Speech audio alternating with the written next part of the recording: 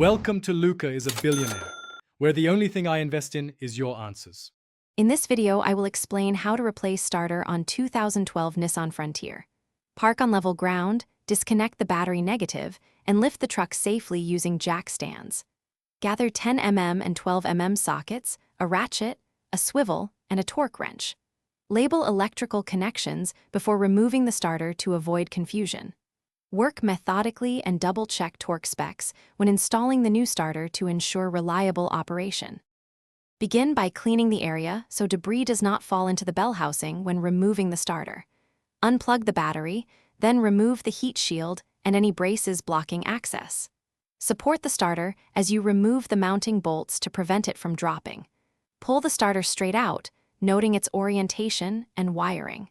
Set the old starter aside for comparison with the new unit to confirm correct replacement. If you are finding this helpful, please subscribe and like to support more content. Quick recommendation: make meal prep easy with these leak-proof containers that double as perfect parts organizers when you are swapping a starter. They keep bolts sorted and prevent oil spills. They are great for small garages and busy mechanics who like tidy trays.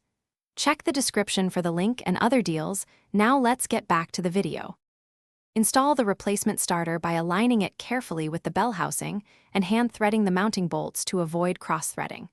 Tighten bolts to the correct torque and reconnect the solenoid and main power cable securely. Reinstall heat shields and any braces you removed, then lower the vehicle off jack stands. Reconnect the negative battery terminal, start the engine to verify proper engagement, and listen for smooth cranking and no unusual noises. Thanks for watching and please subscribe. It's the best investment you'll ever make.